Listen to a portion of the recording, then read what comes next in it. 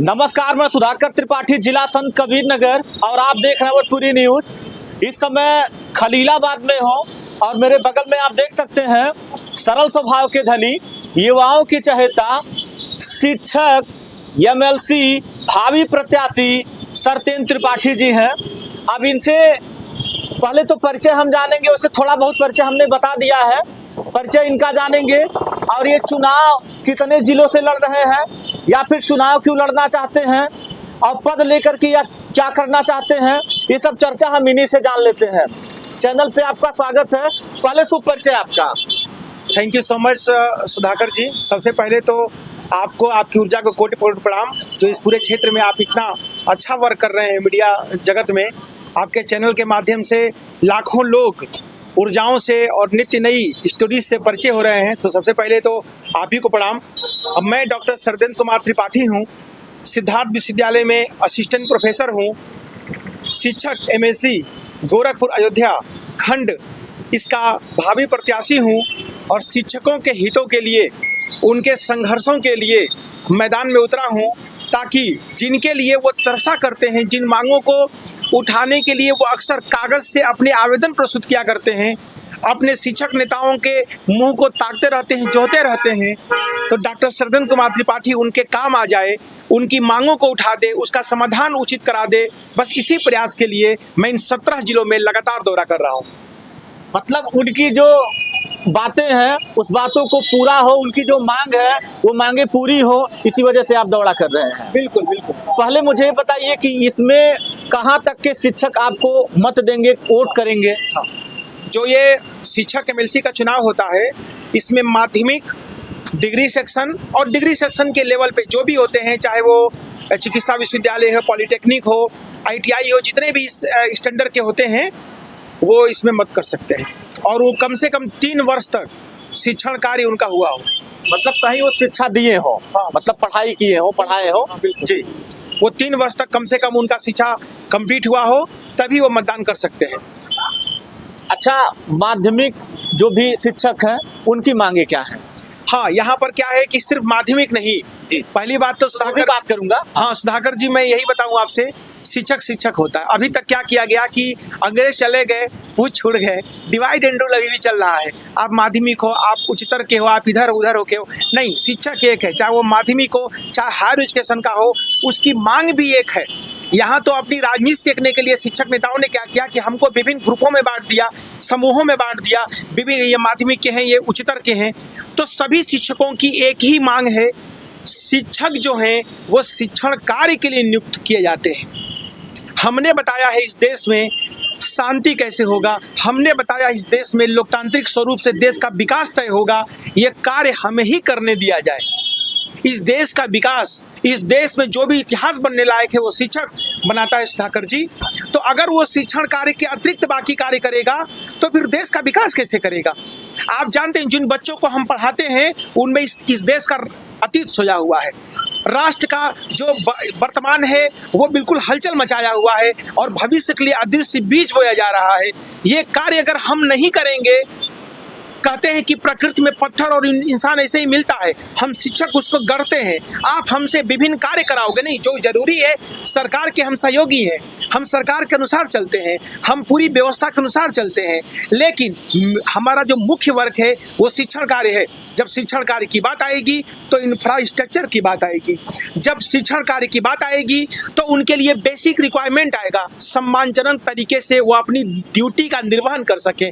हम सामाजिक प्राणी है, हमारे भी घर में हमारे बच्चे, हमारा परिवार वेट कर रहा है, हम उनके लिए भी कुछ कर दें। तो जो शिक्षकों की मांगे हैं ना, वो इन्हीं के इर्द गिर्द है, इससे अधिक नहीं है, इससे अधिक नहीं है। अच्छा, जब शिक्षक इतने इम्पोर्टेंट है तो उनके जो प्रतिनिधि एमएलसी हैं वो कितने होंगे? नहीं, शिक्षक के प्रतिनिधि तो जितने भी खंड हैं, जितने भी उत्तर प्रदेश को कई शिक्षक खंडों में बांटा गया है, उनके प्रतिनिधि तो संवैधानिक प्रतिनिधि हैं, जो कि विधान परिषद में जाकर के मांगे उठाते हैं।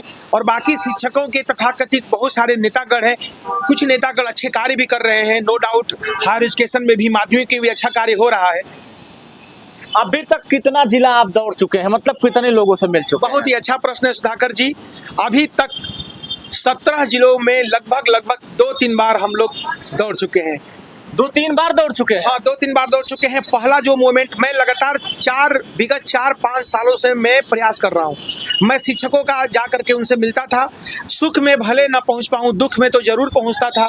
जब भी शिक्षकों के साथ कोई समस्या होती थी, डॉक्टर सरदन कुमार त्रिपाठी उनके साथ सुधाकर जी खड़ा रहता था।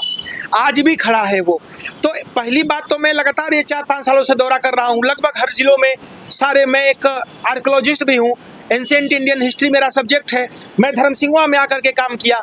मैंने सोचिए जो हमारे अयोध्या के हमारे साइट्स हैं उसमें काम किया। आपके संत कबीर नगर में बहुत सारी साइट्स हैं, मैं उसके लिए काम किया। ये सभी शिक्षण कार्य के अंतर्गत आता है।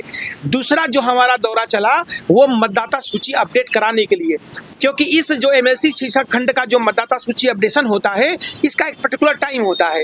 इतने समय से 1.5-2 महीना आपको समय दिया जाता है। तो इसके लिए हमने 17 जिलों का दौरा किया और जो मतदाता सूची अपडेट लगभग हम लोगों ने 18 से 20 हजार कराया है। और वो कराने के बाद लगातार फिर मैं दौरा कर रहा हूँ, उनसे सहयोग मांग रहा हूँ, विकास लिखने के लिए उनसे सहयोग मिल रहा हूँ, उनकी मांगों के संघर्ष करने के लिए।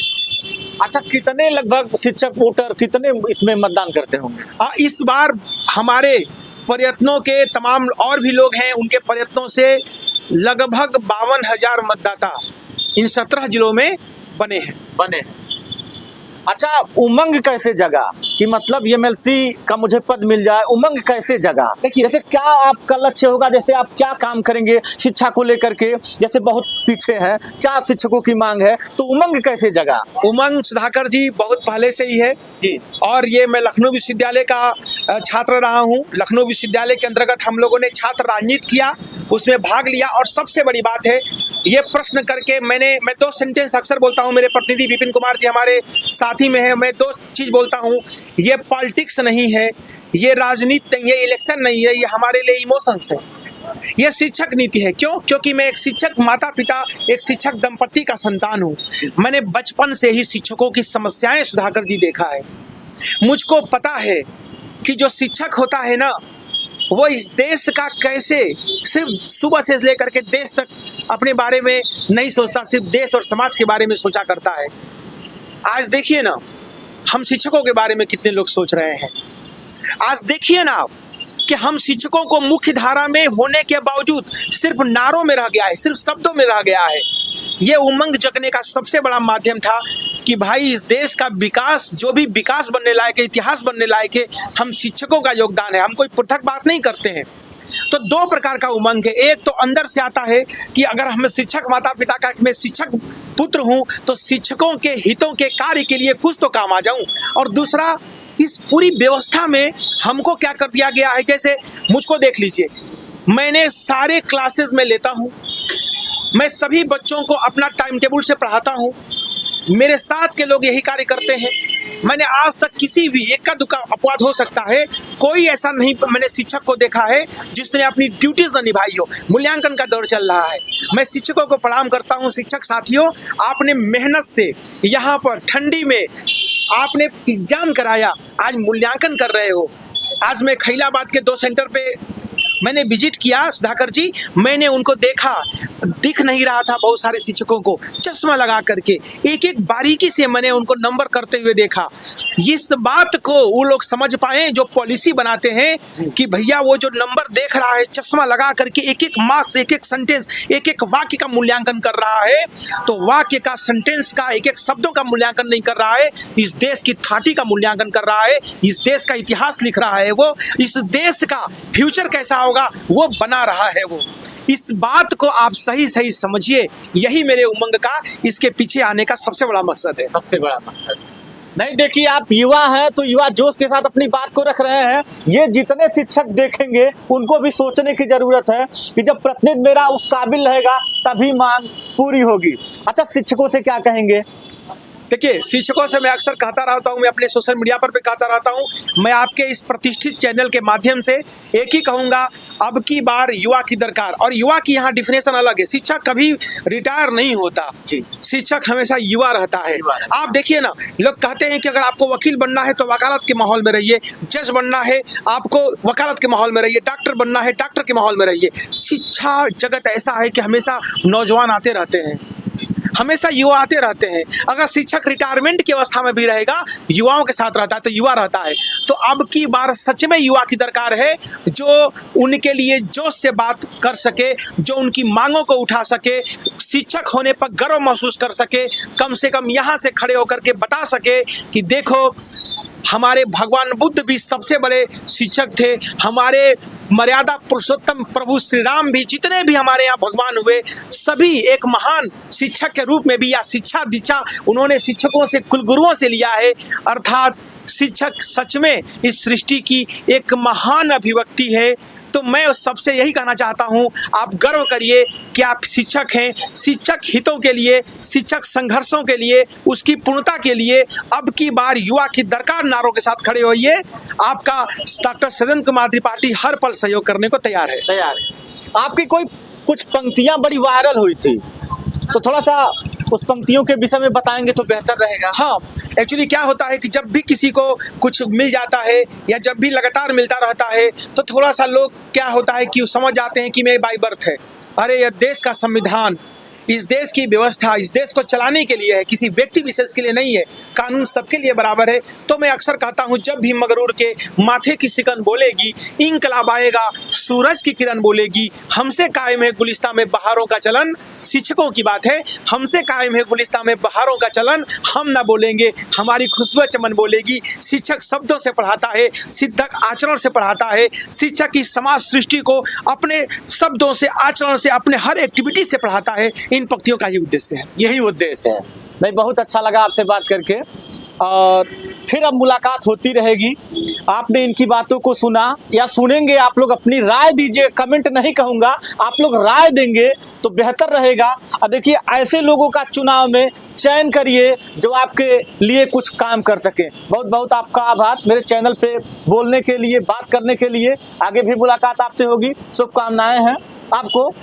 मैं सुधाकर त्रिपाठी, जय हिंद।